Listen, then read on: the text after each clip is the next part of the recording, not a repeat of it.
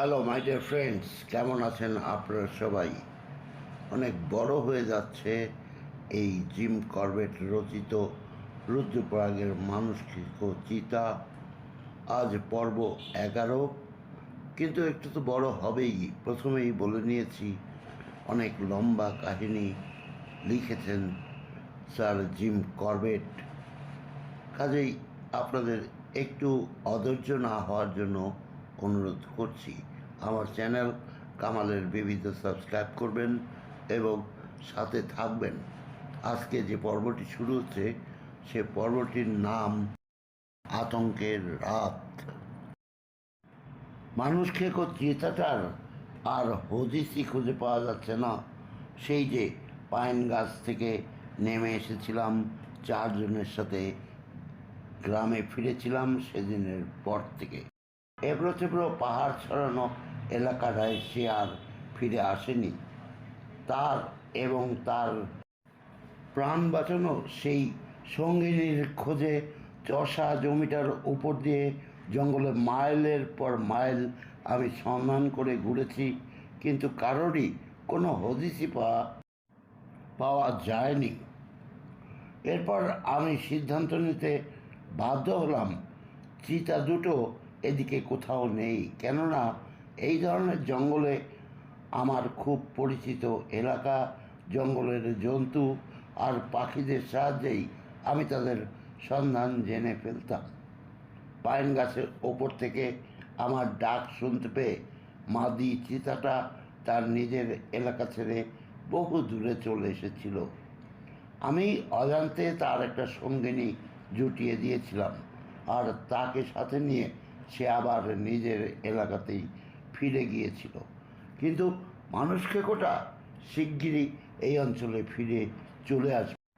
তবে এই দিকটায়, অর্থাৎ নদীর বাম পারের লোকদের সাবধানতার জন্য তার মানুষ শিকার ক্রমশই কঠিন হয়ে উঠেছে। এই কারণে সে এবারে নদী পার হয়ে অলকানন্দার ডান পারে চলে যাওয়ার চেষ্টা করবে। তাই পাইন গাছের ঘটনার পরের কয়েক রাত তারপর আমি রুদ্রপ্রয়াগের সেই পুলটার ওপরে গিয়ে বসা শুরু করলাম। 3টে পথ দিয়ে বামপারের পুলের ওপরে আসা যেত। তার একটা এসেছে দক্ষিণ দিকে চৌকিদারের ঘরের পাশ দিয়ে। রুদ্রপ্রয়াগের সেই পুলটার ওপরে 4 দিনের দিন রাতে পাহারা দেওয়ার সময় আওয়াজ শুনেই বুঝতে পারলাম চিতাটা চৌকিদারের পাহারাদার কুকুরটাকে মেরে ফেলেছে। পোষমানো ছোট্ট প্রাণীটা, ওই কুকুরটি আমাকে বেশ ভালোভাবেই চিনে ফেলেছিল। ও পথ দিয়ে যেতে দেখলেই সে ছুটে বেরিয়ে আসতো।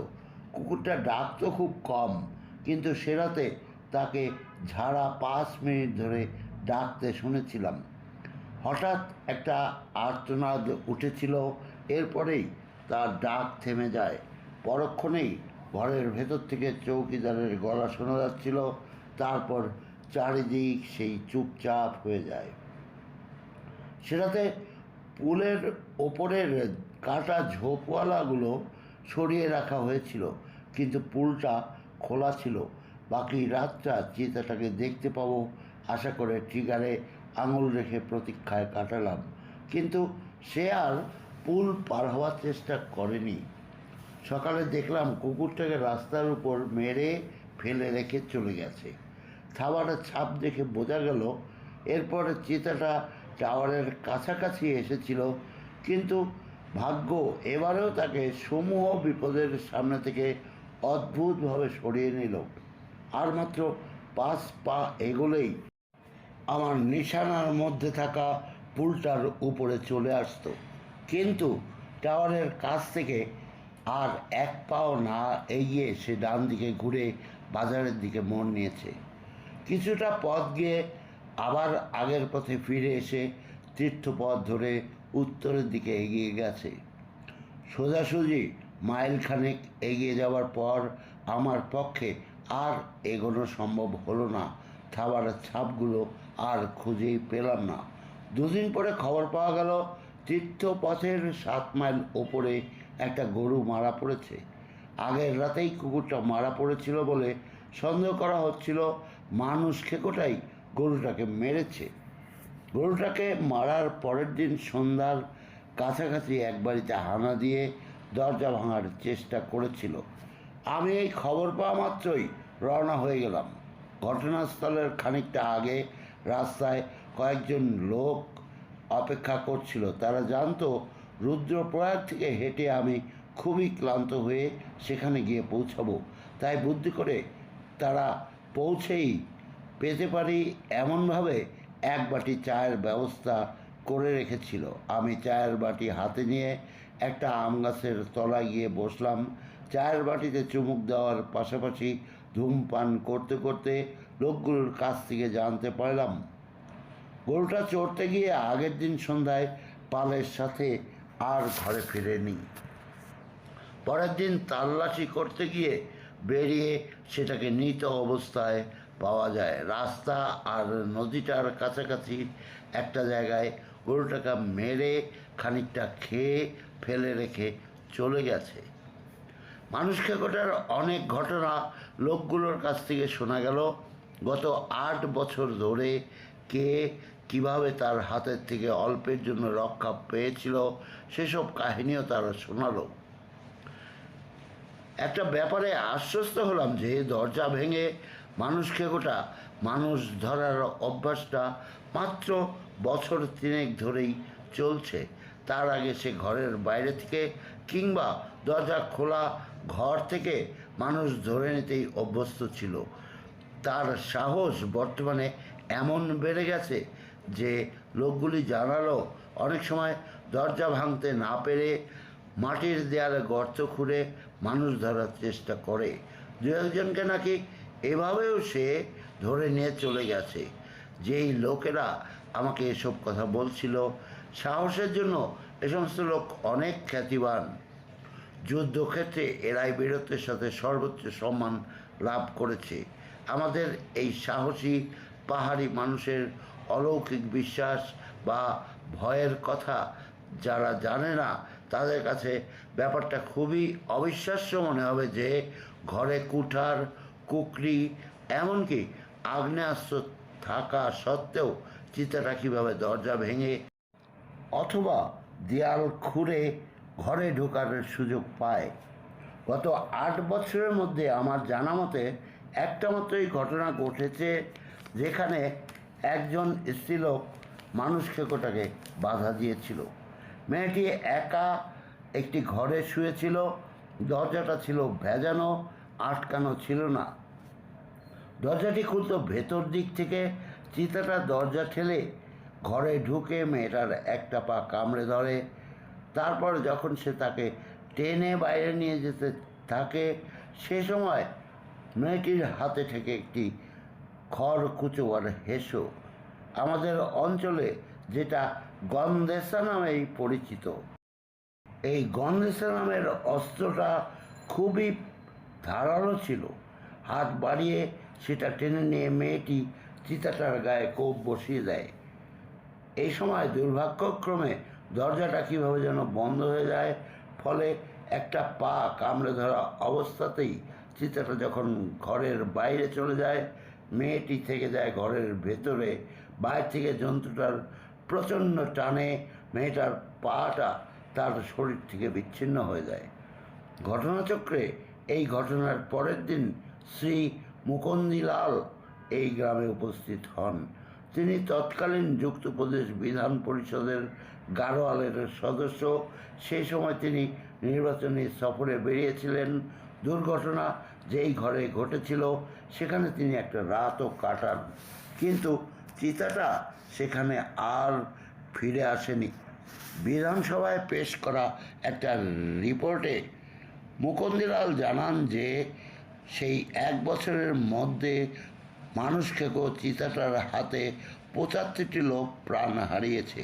তিনি গভর্নমেন্টকে মানুষ খেকোটার বিরুদ্ধে কার্যকরী বাস্তব ব্যবস্থা গ্রহণের সুপারিশ করেন। আমি চা পান ও কথাবার্তা শেষ করে মাধব সিংকে পথ দেখিয়ে নিয়ে যাওয়ার জন্য একজন গ্রামবাসীকে সাথে নিয়ে মরিটার কাছে গেলাম। গরুটা পড়েছিল একটা গভীর খাদের মধ্যে। এই খাদটা রাস্তাতে সিকি মাইল এবং নদী থেকে 100 গজ দূরে। খাদের এদিকে ঘন ঝোপ জঙ্গল এবং বড় বড় পাথর, অন্যদিকে কতকগুলি ছোট ছোট গাছ। গাছগুলো এত ছোট যে কোনোটিতেই বসার মতো কোনো সুবিধা হবে না বা নেই। এই গাছগুলোর নিচে একধারে একটা বড় পাথর, মরিটা সেটা দূরত্বে 30 গজের মতো। পাথরটার গোড়ার দিকে একটা ছোট গর্ত। যখন আর কোথাও বসার মতো সুবিধা করতে পারলাম না, আমি শেষ পর্যন্ত ওই গর্তটার মধ্যেই জায়গা নিয়ে বসবো বলে ঠিক করলাম। সরাসরি মাটির উপর বসা খুবই ঝুঁকিপূর্ণ কাজ হয়ে যাবে যদিও, কিন্তু এছাড়া আমার আর অন্য কোনো পথ ছিল না। মাধব সিং এবং গ্রামবাসীটি আমার সিদ্ধান্তের জন্য ঘোরতর আপত্তি জানালো। তাদের আমি বোঝালাম যে রুদ্রপ্রয়াগে আসার পর এই প্রথম আমি এমন জায়গায় মরিটাকে পেলাম যেখানে সূর্যাস্তের সমসময়ে আলো থাকতে থাকতেই মানুষ খেকোটার চলে আসার প্রচুর সম্ভাবনা রয়েছে। বিশেষ করে এই কারণেই আশান্বিত হয়ে তাদের আপত্তি আমাকে অগ্রাহ্য করতে হলো। আমাকে বারবার সতর্ক থাকার অনুরোধ জানিয়ে কিছুটা যেন বাধ্য হয়েই তারা এরপর গ্রামে ফিরে গেল। খাদের মধ্যে হলেও জায়গাটা দেখলাম খটখটে শুকনো। আমি বসতে পারলাম বেশ আরাম করে। ছোটোখাটো দেখতে একটা ঝোপের আড়াল সামনে রেখে আমি গর্তের মুখে পাথরটায় ঠেস দিয়ে বসে পড়লাম। ব্যবস্থাটা এমনই হলো যে মনিটার কাছে এগিয়ে আসা পর্যন্ত আমাকে চিতাটির চোখে পড়বে না। আমার উপস্থিত টের পাওয়ার আগেই আমি তাকে গুলি করে ধরাশয়ী করে ফেলতে পারবো। আমার সাথে টর্চ লাইটটা নিয়ে এসেছিলাম আর এনেছিলাম একটা ছুরি। রাইফেলটাকে হাঁটুর উপর রেখে আরাম করে বসে বুঝতে পারলাম এখানে চিতাটাকে মারার সুযোগ আগের সবগুলি সুযোগের থেকে অনেক বেশি। এখন যেভাবে আশা করছি যদি বেলাবেলি ওই চিতাটা নাও আসে তাহলেও তার আর নিস্তার নেই। সামনের পাথরগুলোর উপর দৃষ্টি রেখে চুপচাপ কাটলো গোটা বিকেলটা। প্রতিটা মুহূর্ত কাটছে প্রবল উৎকণ্ঠায়। এই বুঝি চিতাটা মরির কাছে ফিরে আসে। আমি নিশ্চিত যে সে আসবেই। ক্রমে বেলা শেষ হয়ে এলো, সূর্য ডুবো ডুবো। যে মুহূর্তটার জন্য অপেক্ষা করে বসে আছি তা এসে চলে যাচ্ছে। এই সময়টিতে আলো নেমে আসছে, কাছের জিনিস ঝাপসা অস্পষ্ট হতে শুরু করেছে। প্রত্যাশিত সময় অতিক্রান্ত হয়ে গেল, কিন্তু আমি সন্দিহান বা উদ্বিগ্ন হলাম না। আমি জানি সে আসবে, হয়তো যে সময় আশা করেছিলাম তার থেকে দেরি করে আসবে, কিন্তু সে আসবে। অন্ধকারের মধ্যে এলেও আমার দিক থেকে কোনো অসুবিধার কারণ নেই। মরিটা মাত্র 30 গজ দূরে। অন্ধকারে শিকার করার উপযোগী টর্চ আমার সাথে রয়েছে। নির্দিষ্ট লক্ষ্যে গুলি করতে কোনো অসুবিধাই হবে না। তা করব উপযুক্ত সতর্কতা নিয়েই, যাতে আবার একটা আহত প্রাণীকে খুঁজে বের করার ঝামেলায় না পড়তে হয় তেমনটি ভেবে। খাদের গভীরে এই একান্ত প্রান্তে অখণ্ড নিস্তব্ধতা। গত কয়েকদিনের প্রখর রোদে আমার চারপাশে ঝরাপাতার রাশি শুকিয়ে মচমচে হয়ে আছে। আমার পক্ষে এটা মস্ত বড় একটা আশ্বাস। অন্ধকার ঘনিয়ে এলেও যেভাবে আমাকে আত্মরক্ষার জন্য চোখ কান দুয়ের উপর বিশেষভাবে নির্ভর করতে হয়েছে, এখানে তেমন আর করতে হবে না। কারণ কান দুটো উপরে নির্ভর করলেই চলবে। কোনো পাশে সামান্য নড়াচড়া হলেই শুকনো পাতারা তা আমাকে জানিয়ে দেবে। আমি নিরুদ্বেগে ট্রিগারে তর্জনী এবং টর্চের বোতামে বুড়ো আঙুল রেখে যে কোনো মুহূর্তে গুলি করার জন্য তৈরি হয়ে বসে রইলাম। কিন্তু একইভাবে বসে থেকে থেকে একটা সময় আমার মাঝে একটা অদ্ভুত অস্বস্তি দেখা দিল। রাত এখন যথেষ্ট অন্ধকার, তথাপি চিতাটা এখনও এলো না। তীব্র অস্বস্তির মধ্যে নানান চিন্তা খেলা করতে লাগলো। সুচতুর এই মানুষ খেকোটা কি পাথরগুলোর আড়ালে কোনো একটা লুকানো জায়গা থেকে আমার অজ্ঞাতেই আমাকে আগাগোড়া লক্ষ্য করে যাচ্ছে? আর এই ঘন অন্ধকারে এখন আমার গলায় দাঁত বসাবার অপেক্ষায় উদ্গ্রীব হয়ে ঠোঁট চাটতে শুরু করেছে। বহুদিন তার মানুষের মাংসের স্বাদ নেবার সুযোগ হচ্ছে না। আজ কি সে সেই ইচ্ছা পূরণের জন্য সুযোগের অপেক্ষা করছে? এই চরম মুহূর্ত খাদ ছেড়ে যেতে হলে আমার এখনই চলে যাওয়া দরকার। আর তা যদি করতে হয়, কান দুটোর সহায়তায় তা সম্ভব হবে। অন্ধকারে নিশ্চিহ্ন হয়ে উঠেছে উৎকণ্ঠ অবস্থা। পার হয়ে চলেছি প্রতিটি মুহূর্ত।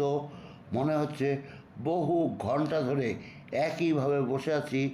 এমন সময় চোখে পড়ল ওপরে আকাশের দিকে। দেখলাম ঘন মেঘের আড়ালে তারাগুলো একে একে ঢাকা পড়ে যাচ্ছে। কিছুক্ষণের মধ্যে বৃষ্টি শুরু হলো। বড় বড় বৃষ্টির ফোঁটা খাদের ভেতরে পরিপূর্ণ নিস্তব্ধতাকে খান খান করে দিল। এখন চারপাশে কেবলই শব্দ, নড়াচড়া আর শব্দ, বৃষ্টির টপ টপ শব্দ। ইতাটা বহু ক্ষেত্রেই প্রমাণ করেছে যে সে অসাধারণ রকমের ভাগ্যবান। সেই ভাগ্যের জোরেই সে সুযোগের অপেক্ষায় ছিল। এবার হয়তো তা পেয়েই গেল। একই ধারা বর্ষণ হয়ে চলছিল। এক ঝটকায় কোটটা খুলে ফেলে গলায় জড়িয়ে হাতা টেনে ভালো করে বেঁধে ফেললাম। এই মুহূর্তে আমার রাইফেলের প্রয়োজন ফুরিয়েছে, কাজেই এবার আমি সেটাকে বাঁ হাতে চালান করে দিলাম। তারপর ছোরাটাকে বের করে ডান হাতে বাগিয়ে ধরলাম। আমার এই ছোরাটা কোনো সাধারণ ছোরা নয়, রীতিমতো আফ্রিদি ছোরা। বহুদিন আগে আমি এটা কিনেছিলাম উত্তর পশ্চিম সীমান্তের হাঙ্গুতে অবস্থিত সরকারি মালখানা থেকে। কেনার সময় এটার সাথে লেবেল এবং হাতরে কাটা 3টা খাজের দিকে আমার দৃষ্টি আকর্ষণ করে কমিশনার সাহেব সেখানে দায়িত্বে। তিনি বলেছিলেন 3টা মারাত্মক খুনের সাথে এই ছোরাটা জড়িত। সেদিক থেকে নিঃসন্দেহে এটা একটা বীভৎসতার স্মারক চিহ্ন। কিন্তু ছোরাটার কার্যকরী ক্ষমতা সম্বন্ধে নিঃসন্দেহে আমি খুশি হয়েছিলাম। এই শব্দমুখর অন্ধকার রাতের মুষলধারার বৃষ্টির মধ্যে ভিজতে ভিজতে ছোরাটাকে মুঠি চেপে ধরে একান্তভাবেই আশা করতে লাগলাম আগের মালিকের প্রয়োজনে এটা যেভাবে বিদ্ধ করেছে, ঠিক সেভাবে আমার প্রয়োজনও সে যেন সিদ্ধ করে।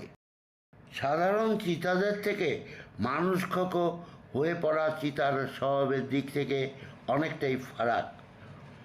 জঙ্গলের সাধারণ চিতা বৃষ্টির ফোঁটা এড়িয়ে থাকতেই পছন্দ করে, তাই বর্ষণের সময় সর্বত্রই তারা সর্বদাই আশ্রয় খোঁজে। কিন্তু মানুষ খেকো চিতার পছন্দ অপছন্দ বিষয়ে আমার কিছুই তেমন জানা ছিল না। তাই এই সময়ে তার পক্ষে কী করা সম্ভব আর কী করা সম্ভব নয় এমন কোনো কিছুই বুঝতে পারছি না। মাধো সিং গ্রামে ফিরে যাওয়ার সময় আমার কাছে জানতে চেয়েছিল আমি মাটির উপর কতক্ষণ বসে থাকব। আমি নির্ভাবনায় জবাব দিয়েছিলাম, মানুষ খেকোটাকে যতক্ষণ না গুলি করতে পারি ততক্ষণ এখান থেকে আমার নড়বার কোনো দরকার হলো না। এই সময় এই খাদের ভেতর তার কাছ থেকে অর্থাৎ মাধো সিংয়ের কাছ থেকে কোনো সাহায্যই আমার পাবার উপায় নাই। অথচ যে পরিস্থিতির উদ্ভব হয়েছে এখন সাহায্যের আমার বিশেষ দরকার। এই অবস্থায় বসে থাকবো না, খাট ছেড়ে উঠে যাব, কিছুই ঠিক করতে পারছিলাম না। উভয় দিকেই আমার সংকট। আমি যদি এখান থেকে উঠে যাই তবে সংকটটি এমন যে চিতাটা যদি আমাকে না দেখে থাকে তাহলে বোকার মতো যেচে তার চোখে ধরা দেওয়া হয়ে যাবে। এখান থেকে নিরাপদে উঠে যেতে পারলেও সামনের দিকে যে সংকীর্ণ জায়গাটা পার হয়ে আমাকে তীর্থপটটায় পৌঁছাতে হবে, সে জায়গাটায় আমি তার আক্রমণ কিছুতেই এড়াতে পারবো না। আমাকে সে সম্পূর্ণভাবেই নিজের আওতায় পেয়ে যাবে। অন্যদিকে অন্য সংকটটি হলো দীর্ঘ 6 ঘন্টা ধরে একটা অনভ্যস্ত অস্ত্র হাতে নিয়ে বসে থাকা, প্রতিটি মুহূর্তে একটা মরণপণ লড়াইয়ের সম্ভাবনা নিয়ে উৎকণ্ঠিতভাবে বসে থাকতে থাকতে স্নায়ুর উপর এমন অস্বাভাবিক চাপ পড়বে যে তা সহ্য করা আমার পক্ষে সম্ভব ছিল না। বসে থাকবো নাকি উঠে যাব, এই প্রশ্ন মনে যে আলোড়ন চলছিল তাকে আর বাড়তে দিলাম না। সমস্ত দ্বিধা দ্বন্দ্ব ফেলে মরিয়া হয়ে উঠে দাঁড়ালাম এবং রাইফেল ঘাড়ে ফেলে খাদের উপরে উঠে এলাম। এখান থেকে মাত্র 500 গজের মতো পথ আমাকে যেতে হবে। তার অর্ধেকাংশই এই মুহূর্তে জল কাদায় ভর্তি, বাকি অর্ধেকটা পার হতে হবে একেবারে তেলতেলে মসৃণ পাথরের উপর দিয়ে। যাই হোক, উঠে যখন পড়েছি, যত দুর্গমই হোক আমাকে 500 গজ পথ যেভাবে হোক পার হয়ে যেতে হবে। এক হাতে রাইফেল, অন্য হাতে ছোড়াটা বাগিয়ে ধরেছি। চিতাটা সম্ভবত আমাকে দেখতে পায়নি। আমি অন্ধকারের মধ্যে হাতড়ে চলার মতো করে এগিয়ে চললাম। এখনও আমি মনের করে আছি চিতাটা আমাকে দেখতে পায়নি, তাই তার দৃষ্টি আকর্ষণের ভয়ে টর্চ জ্বালাতে ভরসা পাচ্ছি না। এভাবে চলতে গিয়ে প্রায় প্রতিটি পদক্ষেপেই আছাড় খেতে লাগলাম। সৌভাগ্যক্রমে একসময় আমি নিরাপদেই তীর্থ পথের ওপরে গিয়ে পৌঁছালাম। সাথে সাথেই শরীরের সমস্ত জোর একত্রিত করে ডাক ছাড়লাম। এক মুহূর্ত পরেই দেখতে পেলাম ওপরের গ্রামের একটা ঘরের দরজা খুলে গেল, আর লণ্ঠন হাতে ঘর থেকে বেরিয়ে এলো মাধু সিং আর তার সঙ্গীটি।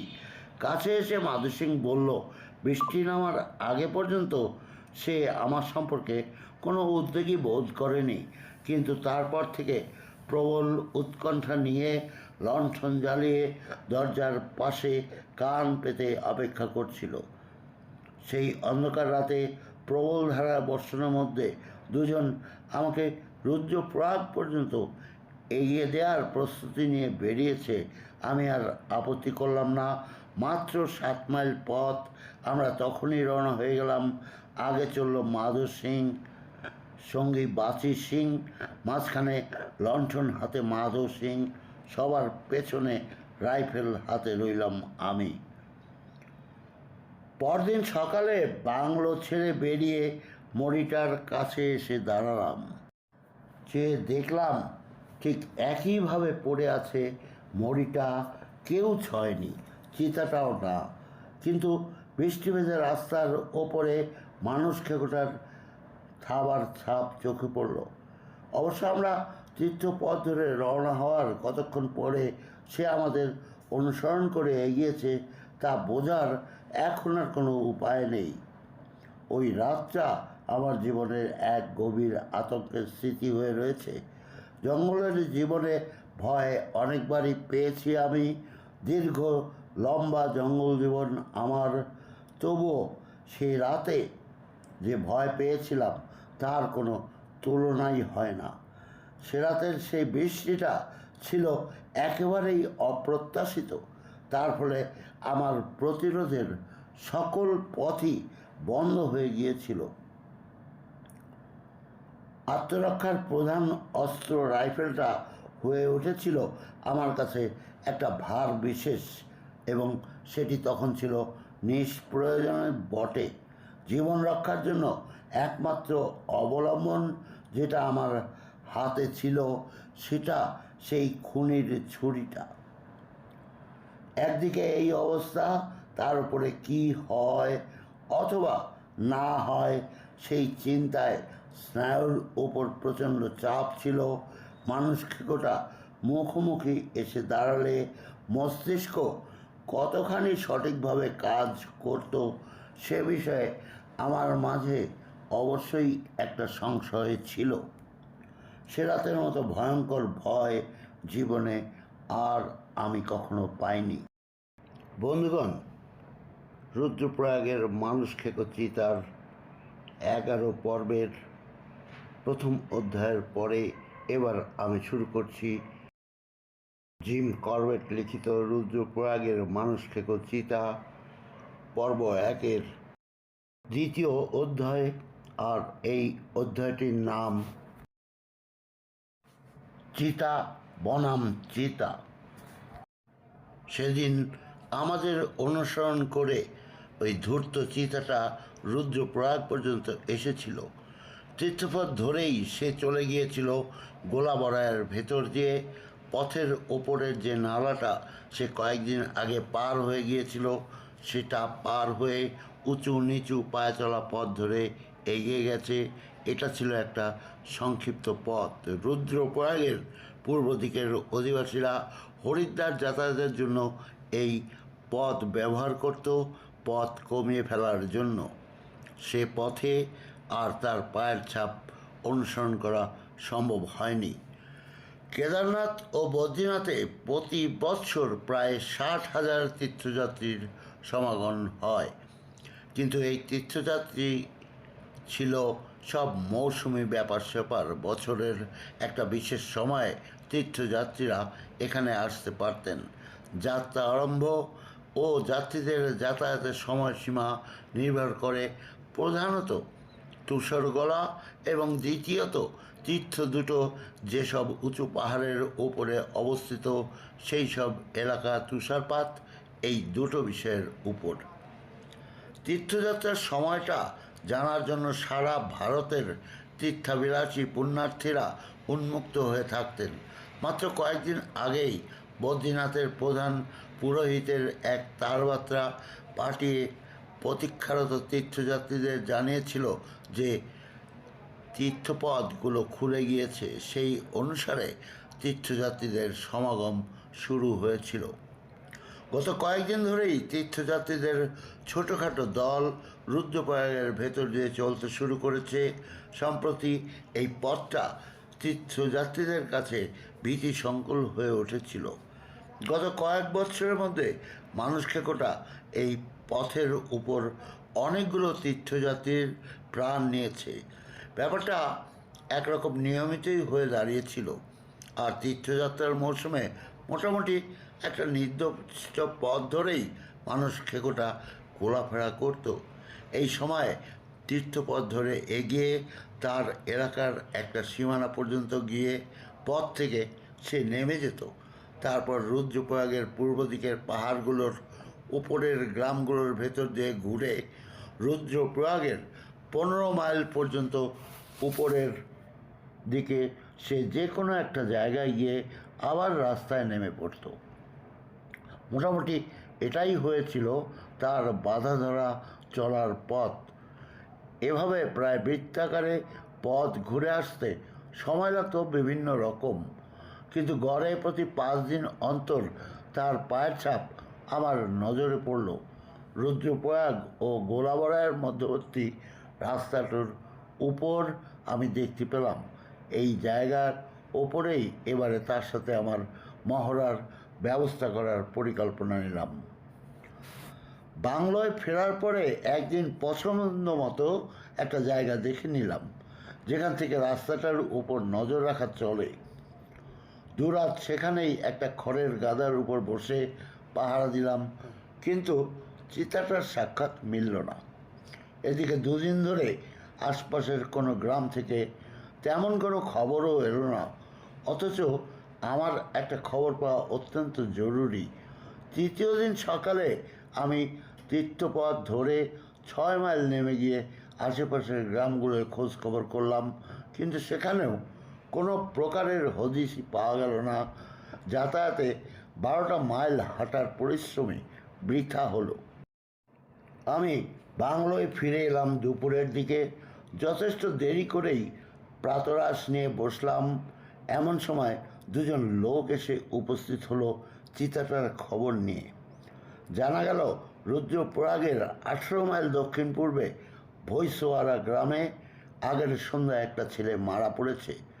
খবরটা এলো ইপসনের চালু করা সংবাদ সংগ্রহ পদ্ধতির মারফত।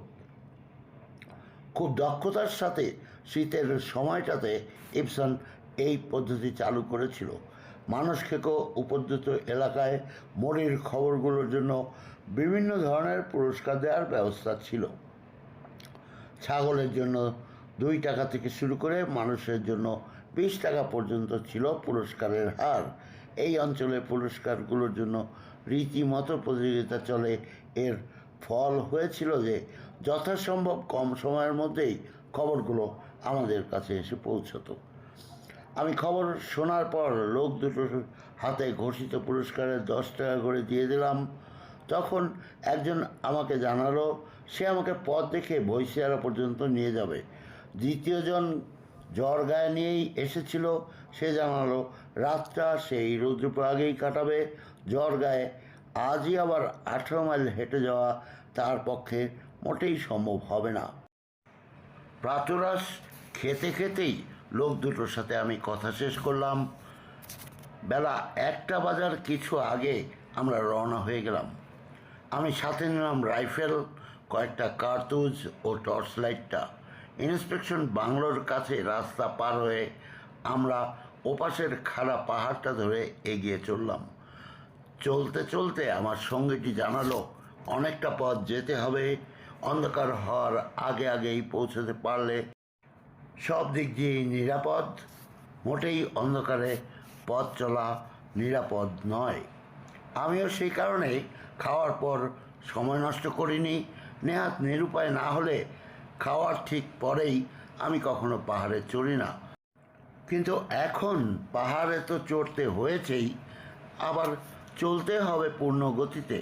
সঙ্গীটিকে গতিবেগ বাড়িয়ে আগে আগে যেতে বললাম, তার সাথে তাল মিলিয়ে আমিও চলতে লাগলাম। প্রথম 3 মাইলের প্রায় 4000 ফুট রাস্তা উঠে আসতে আমার রীতিমতো কষ্ট হলো। দম নেবার অবকাশ পেলাম 3 মাইলের শেষে খানিকটা সমতল পথ পেয়ে। এবারে আগে আগে চলতে আর বিশেষ কোনো কষ্টই হলো না। লোক দুটো খবরটা নিয়ে রুদ্রপ্রয়াগে আসার পথেই পথের দুধারে গ্রামগুলোতে ছেলেটার মৃত্যুর খবর জানিয়েছিল। তারা সেই সাথে বলে গিয়েছিল যে যেভাবেই হোক আমাকে রাজি করিয়ে তাদের সাথে ভৈসিয়ারায় নিয়ে যাবে। খবর পেয়ে যে আমি ভৈসিয়ারা যেতে রাজি হব এ বিষয়ে কারো মনেই কোনো সন্দেহ ছিল না। সকলেই জানতো আমি যাব। তাই চলতে চলতে দেখতে পেলাম প্রত্যেকটি গ্রামের প্রায় প্রত্যেক বাসিন্দাই আমার জন্য রাস্তায় অপেক্ষা করে আছে। কেউ কেউ এগিয়ে এসে আমাকে অভীষ্ট সিদ্ধির জন্য আশীর্বাদ জানালো, কেউ কেউ আবেদন করলো এই আপদটাকে শেষ না করে যেন আমি তাদের এলাকা ছেড়ে চলে না যাই। রুদ্রপ্রয়াগ থেকে ভৈসিয়ারা পৌঁছাতে ঠিক 18 মাইল পথ আমাদের যেতে হবে বলে আমার পথপ্রদর্শক লোকটি জানিয়েছিল। পাহাড়ের পর পাহাড় আর তার মধ্যবর্তী উপত্যকাগুলি অতিক্রম করে যেতে আমাকে সময়ের সাথে পাল্লা দিয়ে চলতে হচ্ছিল। চলতে চলতে আমার মনে হচ্ছিল জীবনের দীর্ঘতম কঠিনতম পথ আজ আমি পাড়ি দিয়ে চলছি। এদিকে সূর্যও পশ্চিম আকাশের পথ পাড়ি দিয়ে চলছে। সূর্য যখন প্রায় ডুবো হলো সেই সময় দেখতে পেলাম কয়েকশো গজ সামনে একটা শৈলসভার উপরে অনেকগুলো লোক একটা জটলা করে দাঁড়িয়ে আছে। আমাদের চোখে পড়তেই হঠাৎ দেখলাম কয়েকটি লোক ওপার দিয়ে দৌড়ে অদৃশ্য হয়ে গেল। কী ব্যাপার বুঝলাম না। বাকি আর সকলে আমাদের দিকে এগিয়ে আসতে লাগলো। এই দলটির সাথে এগিয়ে এলো গায়ের মোড়ল। সে আন্তরিকতার সাথে আমাদের অভিনন্দন জানালো, অভ্যর্থনা জানালো। সুদীর্ঘ কষ্টসাধ্য এই পথ পাড়ি দিয়ে আসার পর প্রথমে খুশি হবার মতো সংবাদটি পাওয়া গেল। মোড়ল ভদ্রলোক জানালেন এই পাহাড়টার ঠিক ওপিঠেই তার গ্রাম। আমাকে দেখতে পাবার সাথে সাথে সে তার ছেলেকে চা তৈরি রাখার জন্য আগেভাগেই আমাদের দেখামাত্র গ্রামে পাঠিয়ে দিয়েছে। আমি বুঝতে পারলাম, আমরাও যখন প্রথম দেখেছিলাম তখন কয়েকজন দৌড়ে গ্রামে চলে গিয়েছিল। কেন গিয়েছিল আমি জানি। 1926 সালের এপ্রিল মাসের 14 তারিখটা গাড়োয়াল অনেক দিন মনে রাখবে। রুদ্রপ্রয়াগের বিভীষিকা মানুষ খেকা চিতাটা ওই দিন তার জীবনে শেষ মানুষটি স্বীকার করেছিল। বৈশারা গ্রামের এক বিধবা তার 9 বছরের মেয়ে এবং 12 বছরের ছেলেটাকে নিয়ে ওই দিন বিকালে ঝর্ণা থেকে পানি আনতে গিয়েছিল। গ্রাম থেকে মাত্র গজ কয়েক দূরেই ওই ঝর্ণাটা। প্রতিবেশী 8 বছরের একটি ছেলেও গিয়েছিল বৃদ্ধার ছেলের সাথে। বিধবা তার ছেলে মেয়ে দুজনকে নিয়ে লাইন করা একসার বাড়ির মাঝামাঝি একটা বাড়িতে থাকতো। আমাদের পাহাড়ি এলাকার বাড়িগুলো যেমন হয়, বৃদ্ধার বাড়ির নিচু একতলাটায় রাখা হতো শস্য এবং জ্বালানি, ওপর তলাটাই ছিল বাসগৃহ। বাড়ি বরাবর 4 ফুট চওড়া একটা বারান্দা। বারান্দায় ওঠার পর দুধারে দেওয়াল দেওয়া ছোট ছোট পাথরের সিঁড়ি। প্রত্যেকটা সিঁড়ি দুটো করে পরিবার ব্যবহার করে। লম্বা বাড়িটার সামনেই নিচু দেয়াল দেওয়া উঠোন। সেই উঠোনটা 300 ফুট লম্বা, চওড়া 60 ফুট। ঝর্ণা থেকে পানি নিয়ে বিধবা আর তার ছেলেমেয়ের সঙ্গে প্রতিবেশী ছেলেটিও ফিরে আসে। সবার আগে সিঁড়িতে ওঠার সময় সে দেখতে পায় সিঁড়ি সংলগ্ন নিচের ঘরে একটা প্রাণী শুয়ে আছে। সেটাকে গ্রামের কোনো কুকুর মনে করে সে আর কাউকে কিছু জানাবার দরকার বোধ করেনি। অন্য কেউ প্রাণীটাকে দেখতেও পায়নি। প্রতিবেশী ছোট ছেলেটির পেছনে ছিল মেয়েটি, তারপর বিধবা, আর সবার পেছনে ছিল বিধবার ছেলেটি। সিঁড়ির মাঝামাঝি উঠে বিধবা শুনতে পায় ছেলের মাথার কলসিটি সশব্দে সিঁড়ির উপর পড়ে গেছে। অসাবধানতাবশত ছেলেকে গালি দিয়ে সে কলসিটি বারান্দার উপর নামিয়ে রাখলো। তারপর পেছনে ফিরে দেখে ছেলের কলসিটা কাত হয়ে সিঁড়ির গোড়ায় পড়ে আছে। ধারে কাছে কোথাও তার ছেলেটি নেই। বিধবা সিঁড়ি দিয়ে নেমে কলসিটা তুলে নিয়ে ছেলেকে নাম ধরে ডেকে চারপাশ তাকিয়ে দেখলো, কিন্তু কোনো দিকেই ছেলেকে দেখতে না পেয়ে সে ভাবলো হয়তোবা ছেলেটা ভয় পেয়ে পালিয়েছে। আশেপাশে প্রতিবেশীদের কানেও কলসি পড়ার শব্দটা পৌঁছেছিল। বিধবার ডাকাডাকি শুনে তারাও ঘর থেকে বেরিয়ে এলো। বিধবার কাছে ঘটনাটা শুনে তারা সকলে বলল, ছেলেটি হয়তোবা বকুনির ভয়ে নিচের তলার কোনো ঘরে লুকিয়ে রয়েছে। ততক্ষণে বাইরে অন্ধকার নেমে আসছে, আলো নিভে এসেছে। ঘরগুলির ভিতরে অন্ধকার জমাট বেঁধে উঠেছে। একজন একটা লণ্ঠন নিয়ে এসে বিধবার হাতে দিতে গিয়ে দেখে সিঁড়ির তলায় পাথরের উপর রক্তের ফোঁটা। তখন লোকটি ভীত শঙ্কিত কণ্ঠস্বর শুনে বাড়ির অন্যান্য লোকজন ওপর থেকে দ্রুতই নেমে এলো এবং তারা বুঝতে পারল ঠিক কী ঘটেছে। বন্ধুগণ, স্যার জিম করবেট লিখিত রুদ্রপ্রয়াগের মানুষকৃত চিতার পর্ব 11 শেষ হয়ে গেল। আগামী শুক্রবার ইনশাল্লাহ কথা মতোই সকাল 10টায় আপনাদের জন্য হাজির হব রুদ্রপ্রয়াগের মানুষখেকো চিতা পর্ব 12 নিয়ে।